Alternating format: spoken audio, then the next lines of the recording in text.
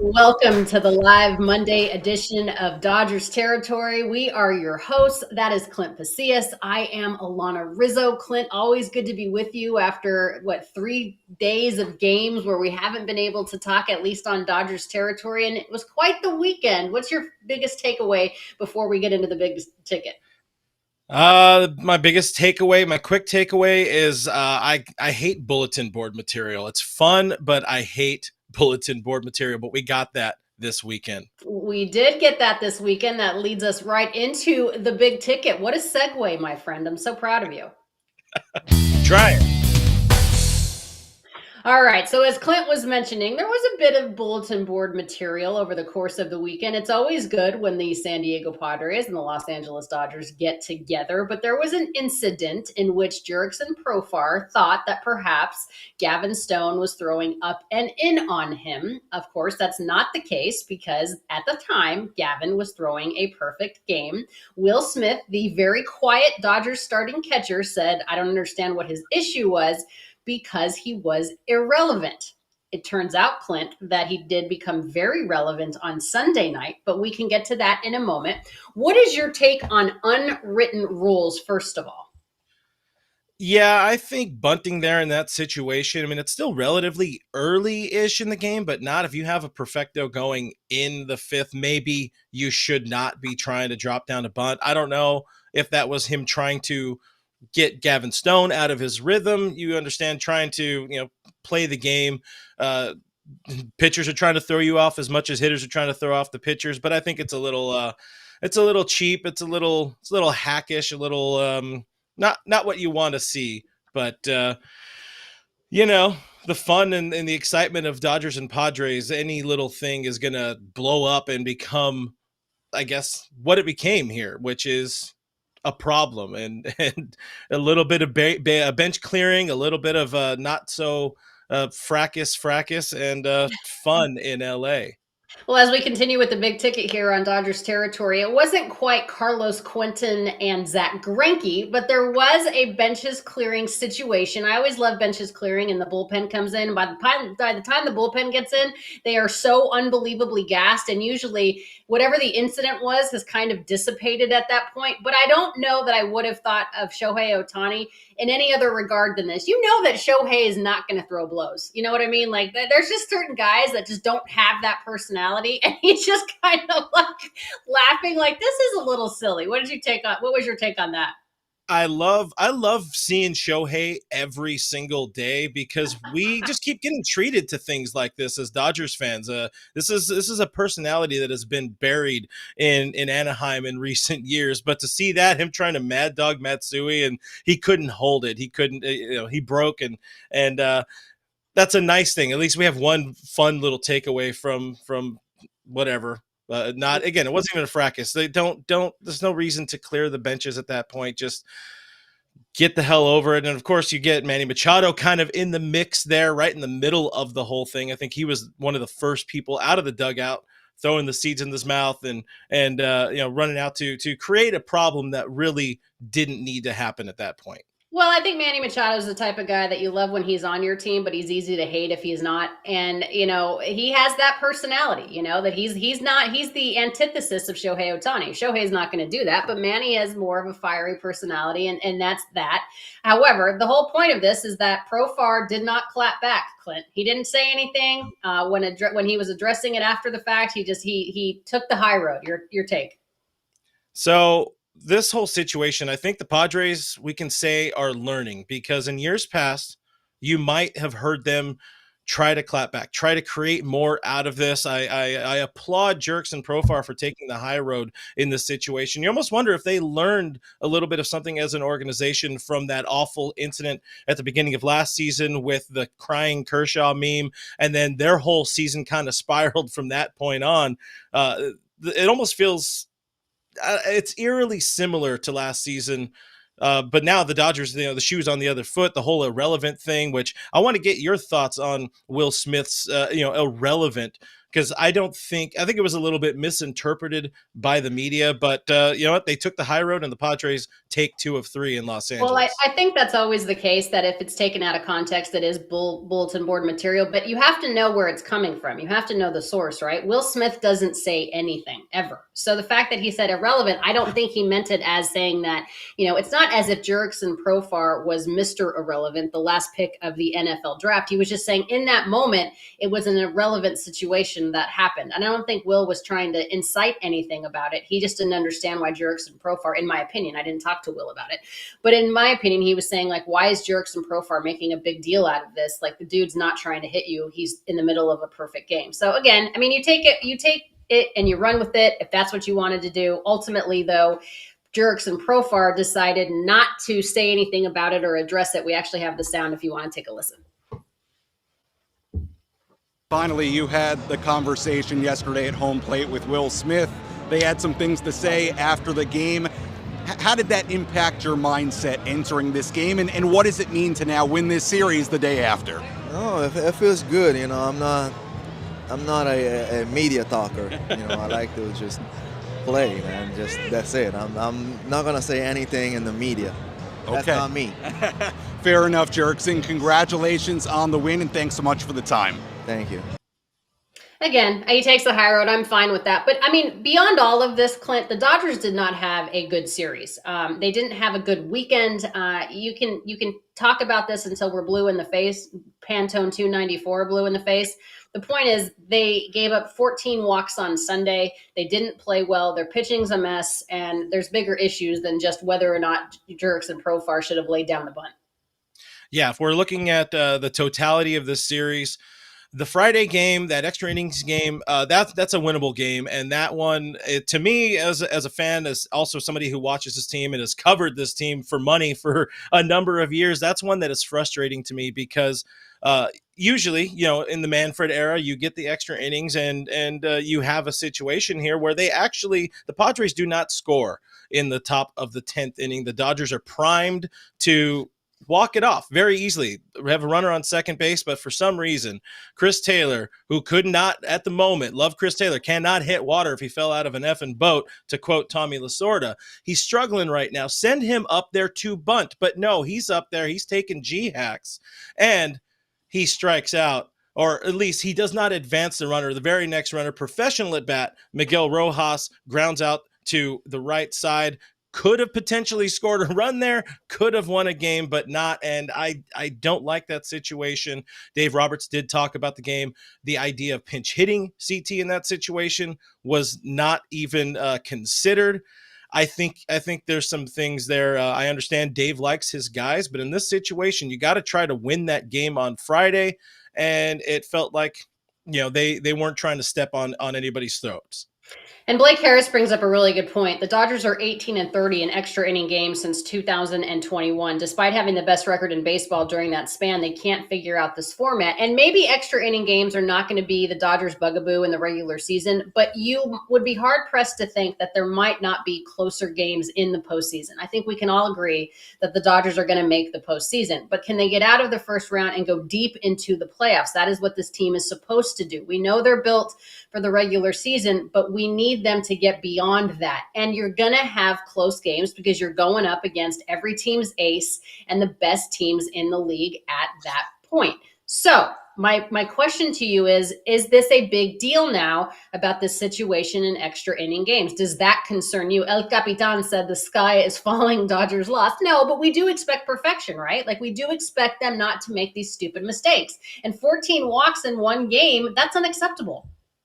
Yeah, if we're talking extra innings, I'm not a fan of this like co-ed softball rule. I want to know how you feel about it. I'm going to just bounce the ball right back to you. How do you feel about this extra innings rule, the runner on second base rule? I hate the fact that they do it in the postseason. I think I'm okay with it in the regular season, only because I am a big fan of pace of play and let's go and let's keep let's keep it moving. I don't like 3.5, 4 hour games. I think when you get to the postseason, though, it should be back to traditional baseball. Although then on the other side of talking out of the other side of my mouth, if you're doing something one way for 162 games, then flipping the switch in postseason, is that necessarily unfair? I'm not certain. I don't mind it. I guess I don't mind the ghost runner on second base to start extra innings. But what I do mind is when you're losing games because you have no command of the strike zone, or when you are losing games because you're not willing to shake things up and lay down a bunt just to try to do something different. Shane Rochester says walks will kill you. I feel like they're focusing too much on hitting and good pitching. I don't think he meant hood pitching, but good pitching is what wins games, but you got to play that small ball. I agree. I mean, I think there are times, yes, we know this lineup can mash, right? Like we get that. And chicks dig the long ball. I get it. But I do have an affinity for moving guys, station to station, moving a guy over 90 feet, like do something else to change it up. You don't have to hit the ball out of the yard every single time. Maybe trying something else could have made the difference in losing the series versus, winning the series. Yeah, sometimes you got to just keep the line moving, do your part to get that runner over. Again, that is your winning run. You could have had the winning run on third base with one out. You got to do something different in that situation. Sunday, very much a very different game, kind of talked around it. See some of the comments as well talking about the walks. You can't win very many ball games when you issue 14 walks as a pitching staff. Yeah, Clint, what does Roberts do about CT? Love the guy. I really do. But he's hitting .34. Now, granted, he has 37 plate appearances. I think he's had 32 at bats. He doesn't get to play every day. But if you're hitting .34, did I mention .34? You're not going to get a lot of playing time. What do you do in that situation? I saw at least one comment in the chat here calling for the Phantom IL stint. Dave has said he's going to keep running his guys out there. They need to figure it out. They have a track record of success, but for Chris Taylor, that track record feels like it's getting further and further away. Did not have a terrible 2023 season when it was all put together, but he goes through these lulls, these highs and lows. Alanna, you've seen it in your career covering the team as well.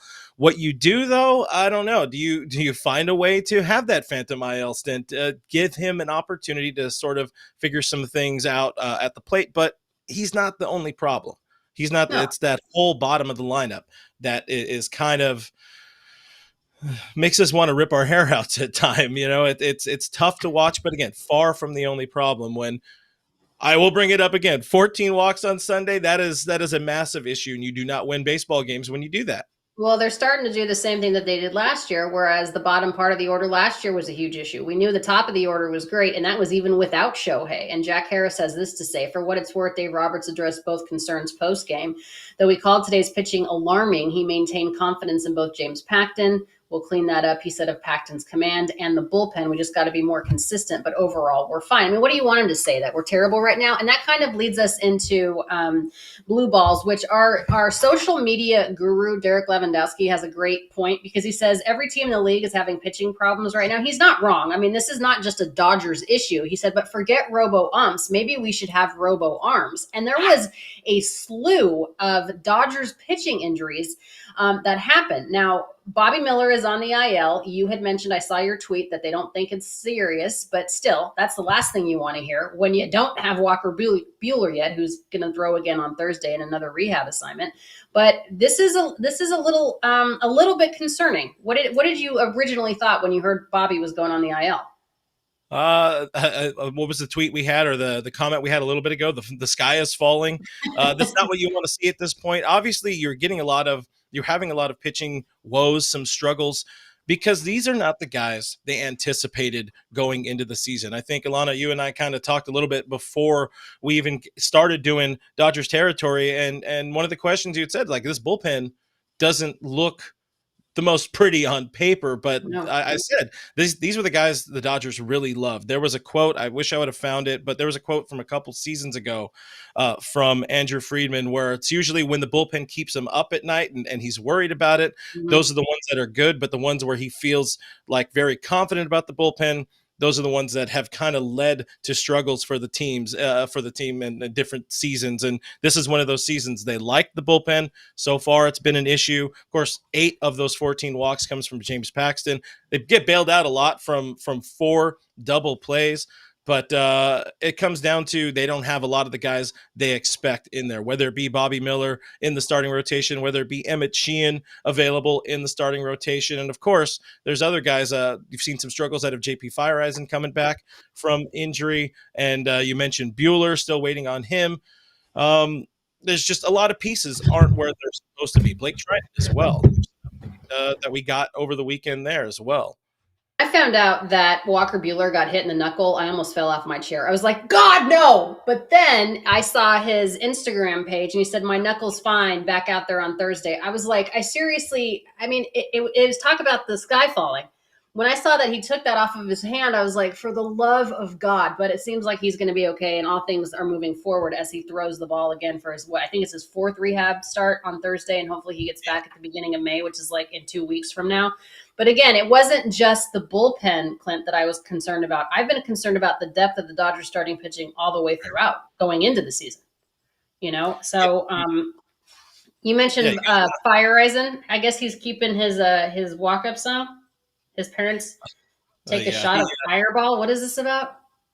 Yeah, so he walks out to Fireball. It's only the 2nd or 3rd time we've seen him in Dodger Blue. He's been on the roster for 2 years. We're barely seeing him now. But he wants to have Fireball by Pitbull, of course, Mr. Worldwide. Shout out.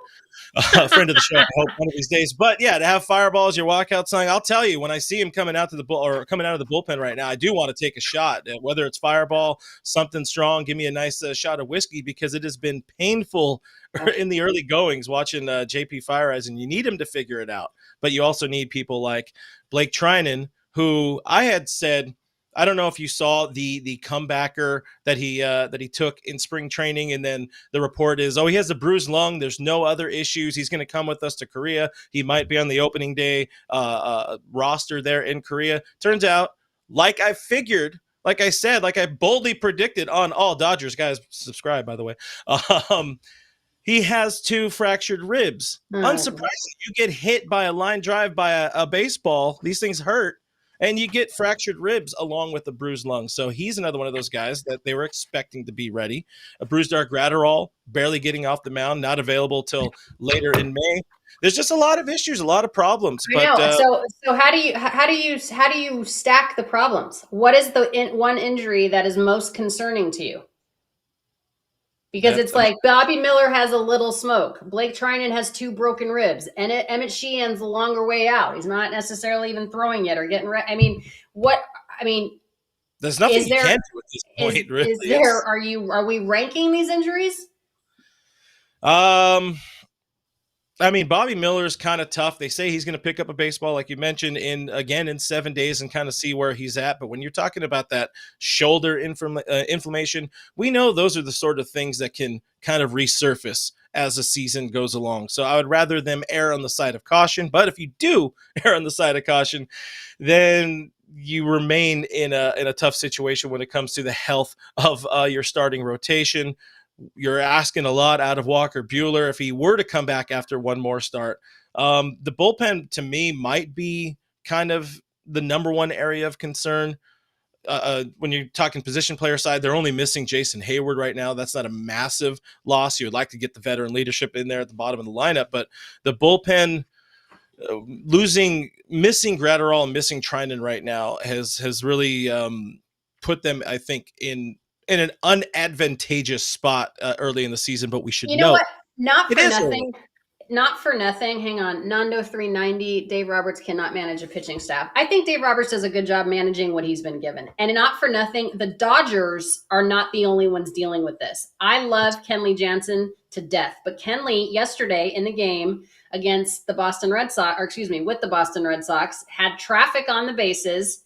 And he got the save, which was his 424th save, which actually ties Franco on the all-time list in saves. I think Kenley's a future Hall of Famer, but he gives me agita sometimes. He has traffic on the bases. The Orioles game, Craig Kimbrell comes out of the bullpen, almost blows that save after the Orioles had a phenomenal come from behind win when Jackson Holliday finally got his first big league hit. You have Josh Hader, who I thought was one of the best closers in the game, and he's been shitting the bed for the Houston Astros. So it's not just the Dodgers. I think the bullpen is the hardest piece of a roster puzzle to put together. So they've got to figure this out, though, because when they do get to the postseason, it's going to come down to pitching and defense, as it always does, and it very well could come down to bullpens. And this is not the bullpen to get it done. No, there's a couple of good pieces in there. You really like Evan Phillips in there. Just to throw it out there, I know this is stepping back for a second, but I loved this super chat from IB Stroke, and he says, I really like CT3 in that situation. That's a quote from Dave Roberts there. You could throw that in. I really like Evan Phillips in that situation. I really like Ryan Brazier in that situation. By the way, Ryan Brazier, not the same guy. I think the clock might have struck midnight on Ryan Brazier. It's given up all 5 inherited runners. They've all scored. That's a problem. But yeah, the bullpens are one of those things that are just, it's a constant process. It like Andrew Friedman said, it keeps him up at night because you're trying to find every little way to fix the bullpen. The numbers have not been good. 21st worst bullpen in baseball at this point in the season. We saw this last year. They found a way to piecemeal something together. They have some options. If you do see Kyle Hurt coming up at some point, there's Landon Knack in down at AAA.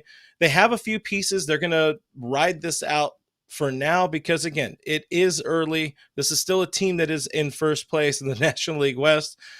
But we need things to complain about, and it is something that's concerning when you don't want to see them get bounced in the first round again.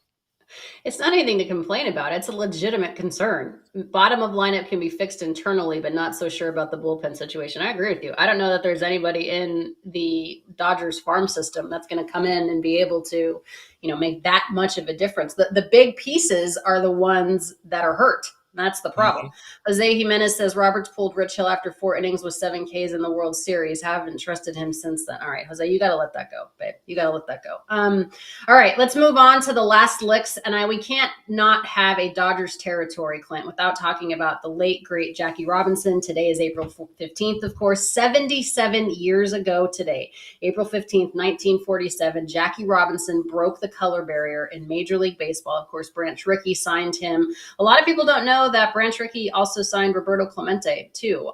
So Branch Rickey signing Jackie Robinson to a major league deal, and he has made such an unbelievable impact, not only on Major League Baseball and not only on the lives of African Americans, but I could very well say that if it wasn't for Jackie's struggles and his sacrifices, I very well would not be sitting here right now. So when you think of Jackie Robinson, what do you think of?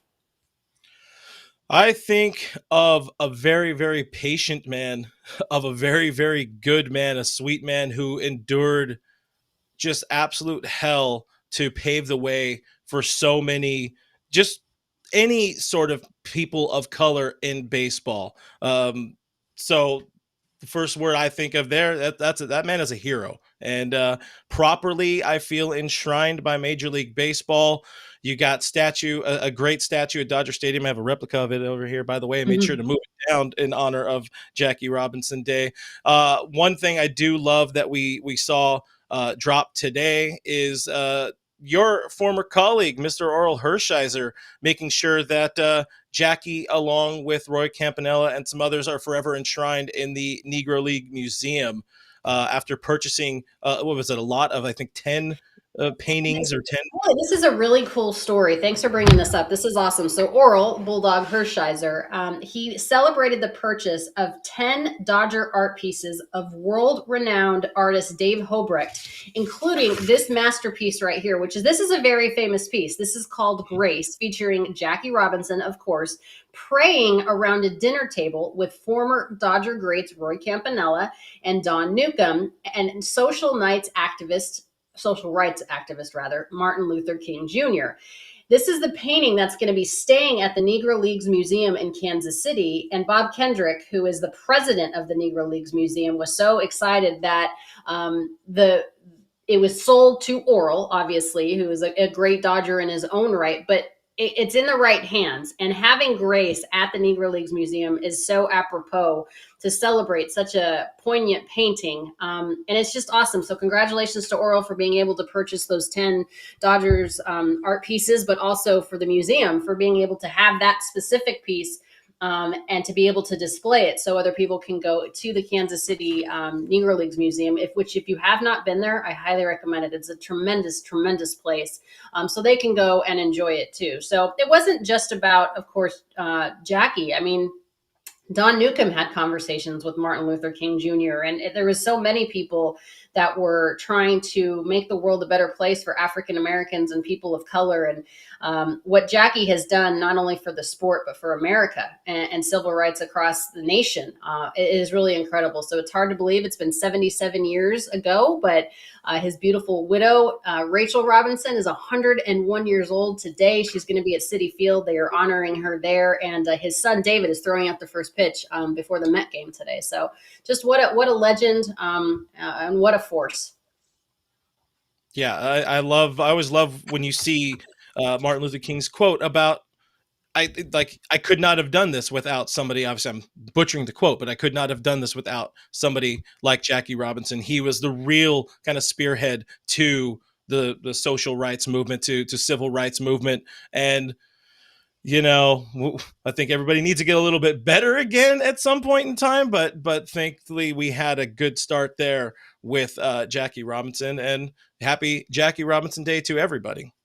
I had a conversation one time with Magic Johnson, who obviously is one of the owners of the Los Angeles Dodgers and had a Hall of Fame career with a member of the Lakers. And we were just talking about Jackie's impact. And he said, if it wasn't for Jackie, I wouldn't be here. I said, if it wasn't for Jackie, I wouldn't be here. So it's not just males. It's not just African Americans. It's so many different people of color and genders and just the opening of so many doors for people that are here because of the sacrifices that Jackie Robinson made. And I remember there was a quote, and again, I'm paraphrasing, and I certainly don't want to botch it up, but, Branch Rickey, who signed Jackie, told him, I want you to turn away when it's not that I want you to stick up to these people. I want you to basically not let them bother you. And that's very difficult to do. Just, think about the personalities that you and I have, and someone is in our face and being mean to us and saying racist things to us. And I don't know that I could look away like Jackie did. I don't know that I could not retaliate and fight back. And, to have the strength that he had, to see the bigger picture of how it wasn't just about him, how he was representing so many other people, is really incredibly special. So thank you, Jackie, for everything. And, I'm honored to have been with an organization that is the one that signed Jackie. I agree. That's all I got. I agree. All right, what's coming up on your show, All Dodgers Tonight? You do this all the time, so tell our listeners and our viewers what they can expect from you. Today we are back. I will be live at 6 p.m. It's Monday Overreactions. We got a text line, we got a call-in line. So I also threw out a feeler on Twitter to get some fun interactions from pissed off people, and people always are pissed off when the Dodgers lose 2 of 3 to the San Diego Padres. So tube in for that one. That's going to be a good time. Plus we'll talk more. I'll dive in more to the pitching situation, and I'm going to talk about Andy Pages and when he could come up and maybe be the savior for the team. So again, 6 p.m. Pacific, all Dodgers. Goodness. Yeah, another home run for Pages. I don't think he's the savior. I think that's a little bit of an overstep. Talk about Monday overreaction, Clint. But he could. Oh, okay. He could be a nice boost to the bottom of that lineup. For everybody listening to Dodgers Territory right now, we appreciate it. Go to YouTube or wherever you get your podcast. Subscribe if you like what we're doing. Tell us about it. If you don't like what we're doing, I'm so sorry. We'll try to get better. For Clint Pasillas, I'm Alanna Rizzo. We will see you on Thursday with another live edition of Dodgers Territory. Take care, guys. Bye.